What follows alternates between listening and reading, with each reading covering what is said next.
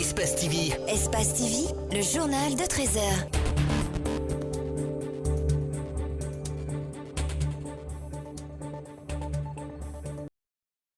Le journal de la mi-journée, mesdames et messieurs, bonsoir. Voici le sommaire. 1er mars 1960, 1er mars 2022, voilà 62 ans que la Guinée se dotait d'une monnaie nationale. 62 ans aujourd'hui, le trafic guinéen semble se stabiliser face aux devises, mais le coût du marché est toujours pas supportable pour les citoyens.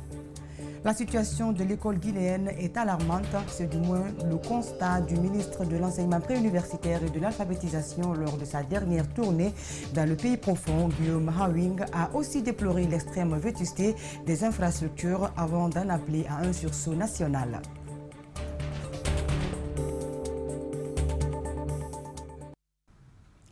Merci d'être sur Espace TV à la une. La monnaie guinéenne a ses 62 ans ce mardi, une célébration qui intervient dans un contexte où elle affiche sa stabilité face aux devises. Toutefois, le pouvoir d'achat reste difficile à supporter, comme le témoignent les citoyens. 62 ans de souveraineté monétaire, c'est le reportage d'Idjibril Ba et Abdoulaye Kamara. Suivez. La Banque centrale de la République de Guinée face à la crise de Covid-19. Quelle implication pour la stabilité des prix et la stabilité financière. Une thématique qui ne laisse pas indifférents les Guinéens à l'occasion de la célébration de la monnaie nationale. Quand tu te lèves le matin pour joindre les deux bouts, c'est pas du tout facile. C'est pas du tout facile. Donc c'est au gouvernement de nous aider. La hausse des prix de la composante alimentaire est un défi à relever, même si la dépression du dollar ou de l'euro face à la monnaie locale est palpable. Les deux s'évaluent respectivement à l'unité à 8 850 et 9 000 francs guinéens. En tout cas, la monnaie guinéenne, elle tient pour l'instant. Je ne sais pas si c'est au manque des affaires qui ne marchent pas ou bien autre chose en tout cas. Et les devises ne fait que baisser quand même. Les 62 ans de souveraineté monétaire coïncident à de nombreuses réformes selon le gouverneur de la BCRG. Des réformes qui s'étendent du secteur des assurances en passant par des établissements de monnaie électronique jusqu'à la politique monétaire.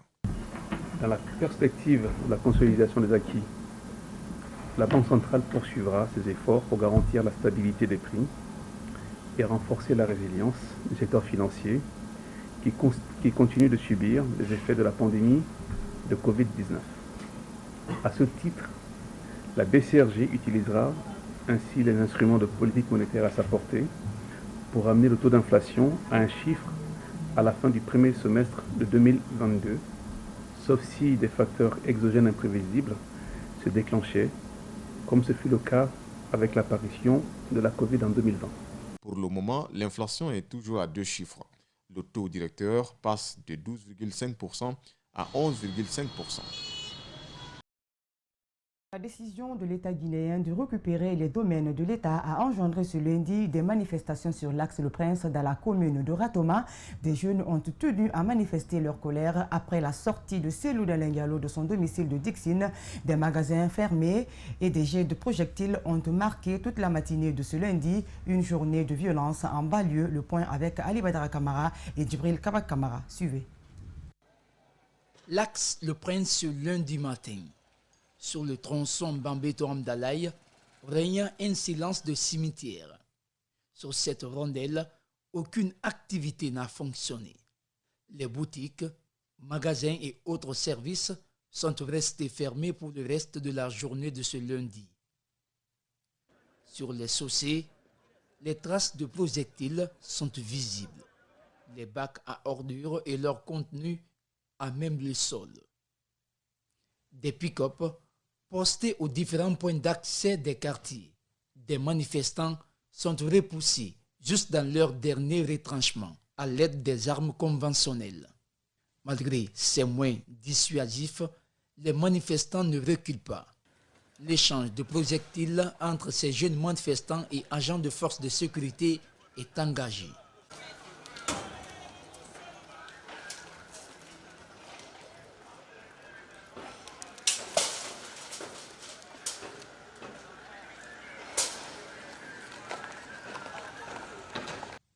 Après une vingtaine de minutes, les équipes fixes sont renforcées par des pick-up mobiles.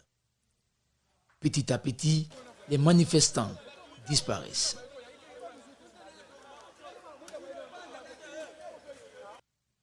Profitant d'un moment de calme, motards, automobilistes, piétons et même des personnes à mobilité réduite cherchent à dépasser la zone. À quelques mètres de là, Colombo marché, où les mêmes tensions sont perceptibles.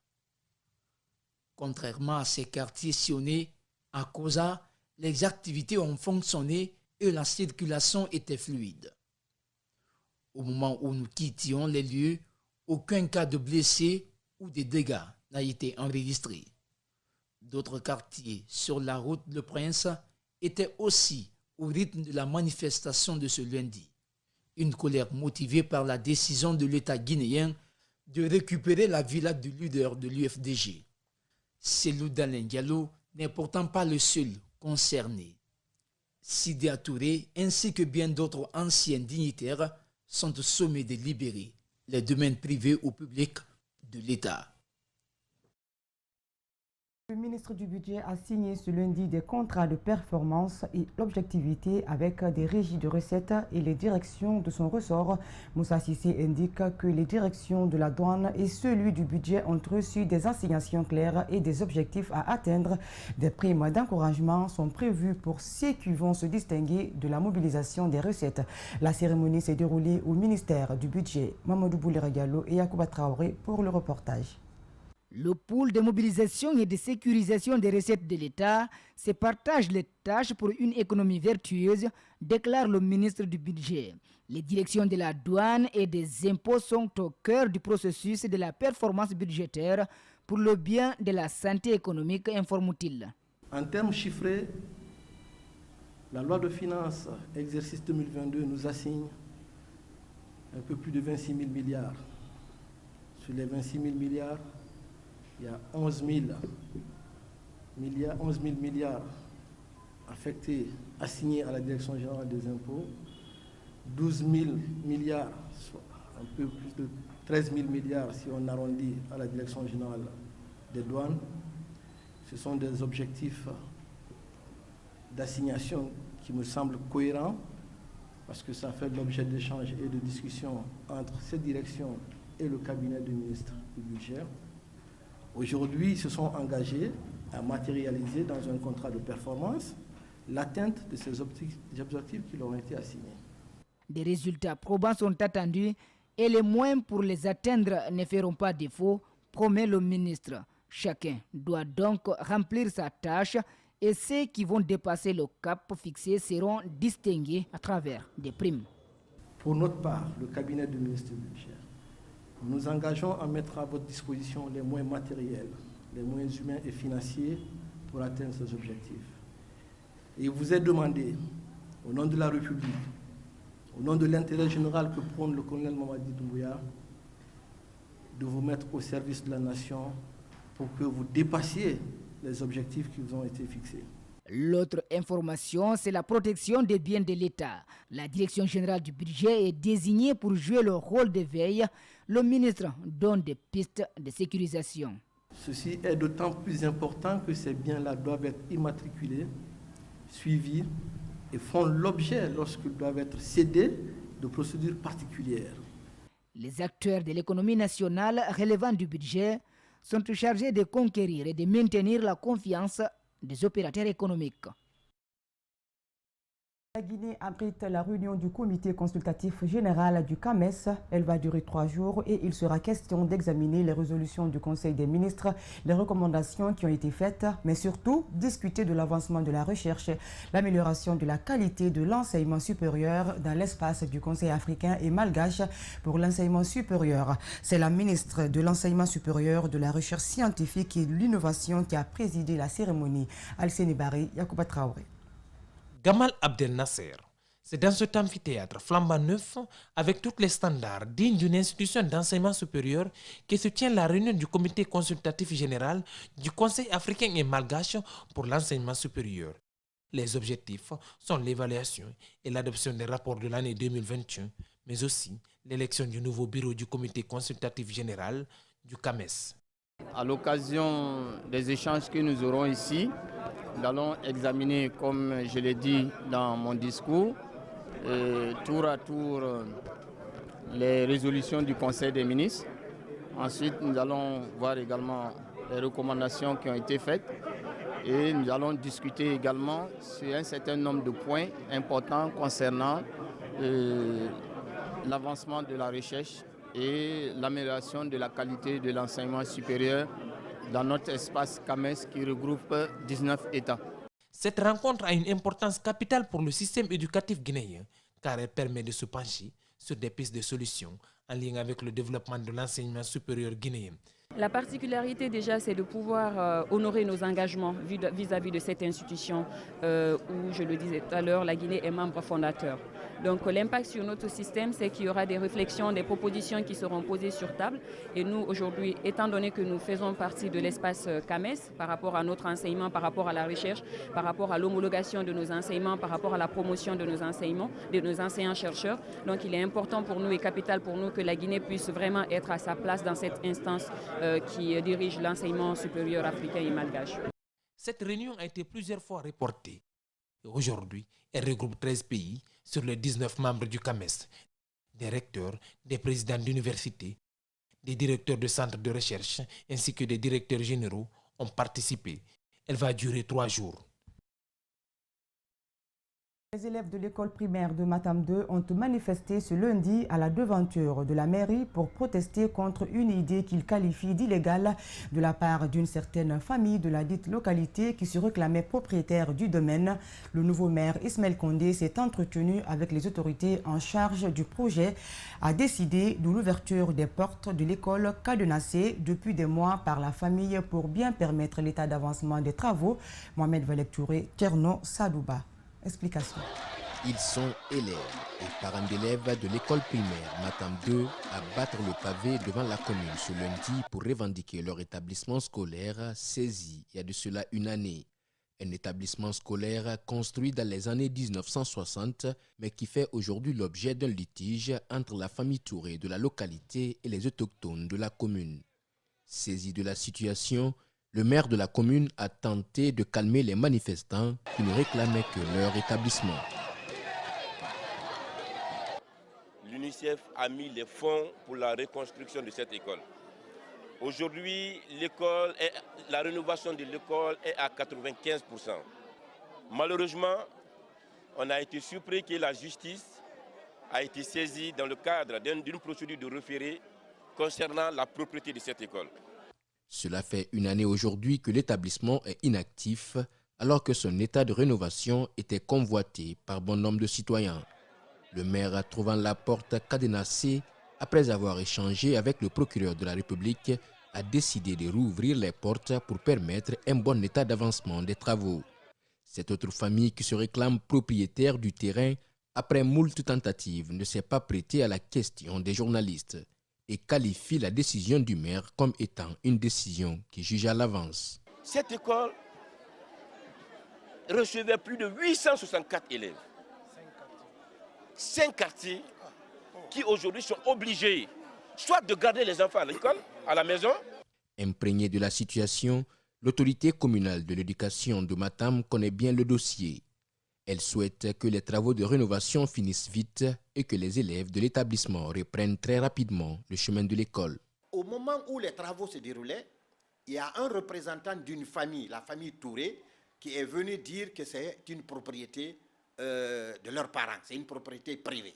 Et aujourd'hui, les enfants qui devraient être dans cette école font des cours, dans les après-midi dans une autre école. La décision du maire et les autorités communales de l'éducation en ce qui concerne la réouverture des portes de l'établissement est saluée par bon nombre de citoyens de la commune de Matam qui ont frappé devant beaucoup de portes en vain. L'école guinéenne n'était pas une priorité pour le gouvernement précédent. Déclaration du ministre de l'enseignement préuniversitaire et de l'alphabétisation, Guillaume Hawing, l'a fait savoir après une tournée effectuée il y a quelques semaines à l'intérieur du pays.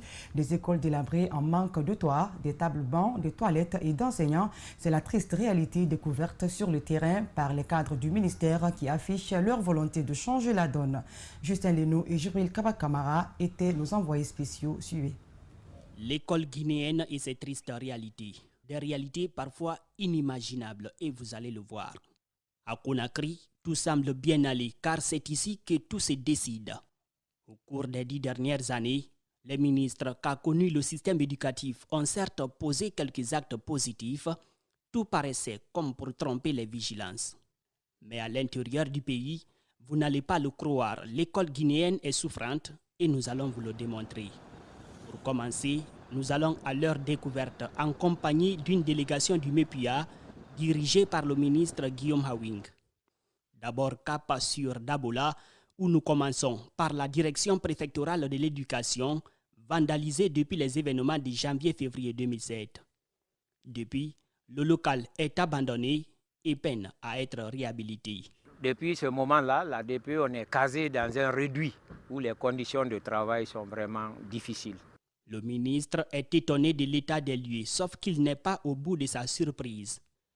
À Dabola, toutes les écoles visitées sont en manque d'enseignants.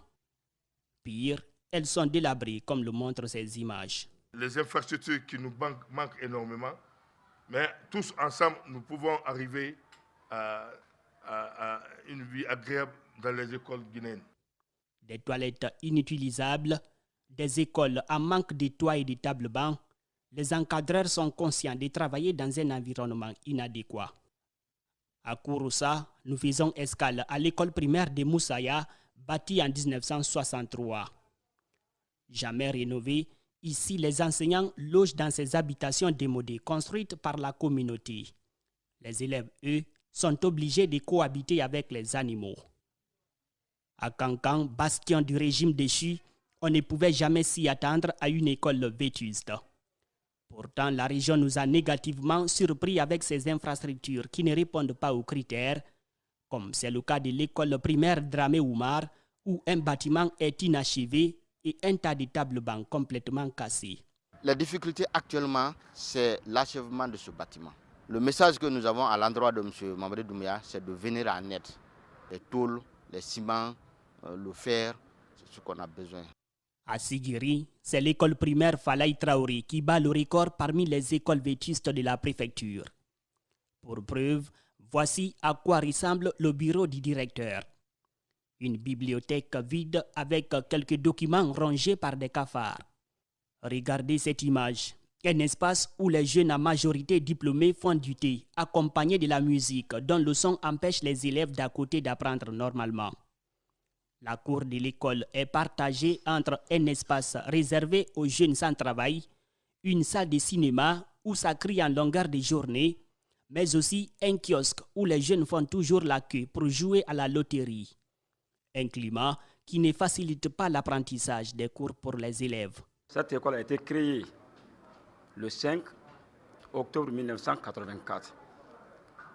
Donc, depuis lors jusqu'à maintenant, cette école n'a jamais eu, n'est-ce pas, une rénovation au niveau de tous les secteurs. Donc l'école est dans l'état de délabrement. Le lycée Kankoum Moussa est le plus ancien établissement de la préfecture de Sigiri, bâti en 1962. Depuis sa création, cette école n'a bénéficié que d'une seule rénovation et c'était à l'occasion des fêtes tournantes de l'indépendance. Dommage, les travaux de ces grands bâtiments n'ont jamais été achevés. Toutes les salles de classe ont été complètement décoiffées et il y a eu une extension de l'établissement et cette extension également non plus n'est pas achevée. À l'école primaire Kankankoura, créée en 1959, les salles de classe n'ont plus de fenêtres. Le plafond est déchiré, souillé par l'eau de pluie qui pénètre les feuilles de tôle sur le toit.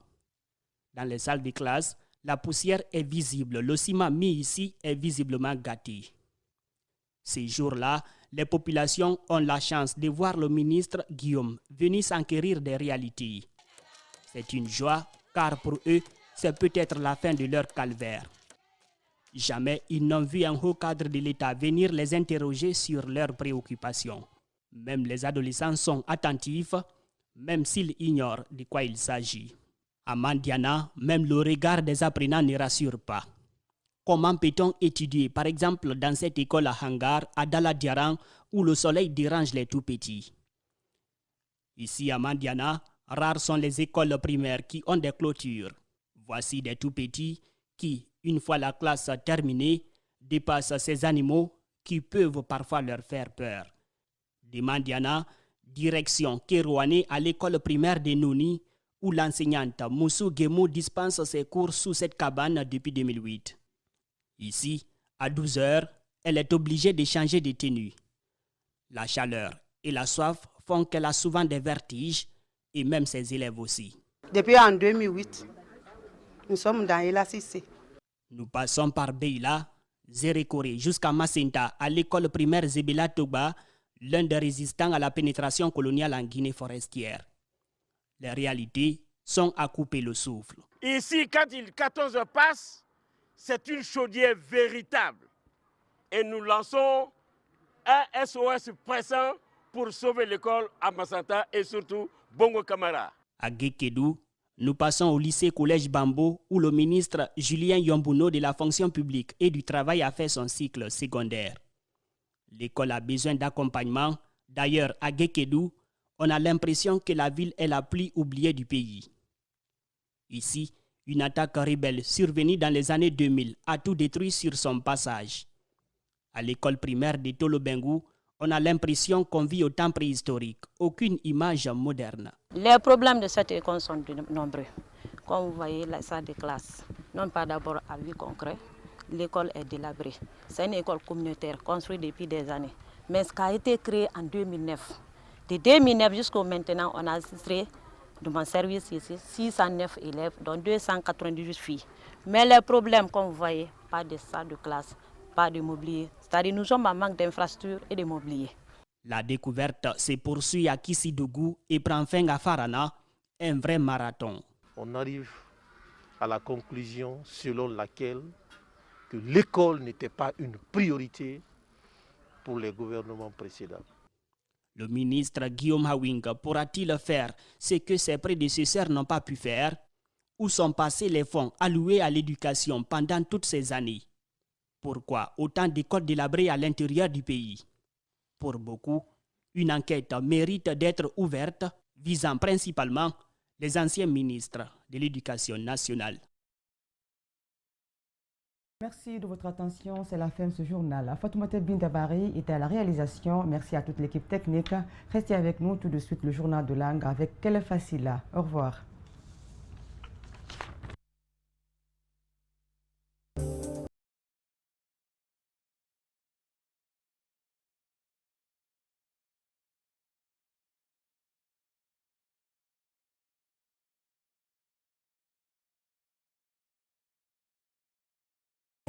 Thank you.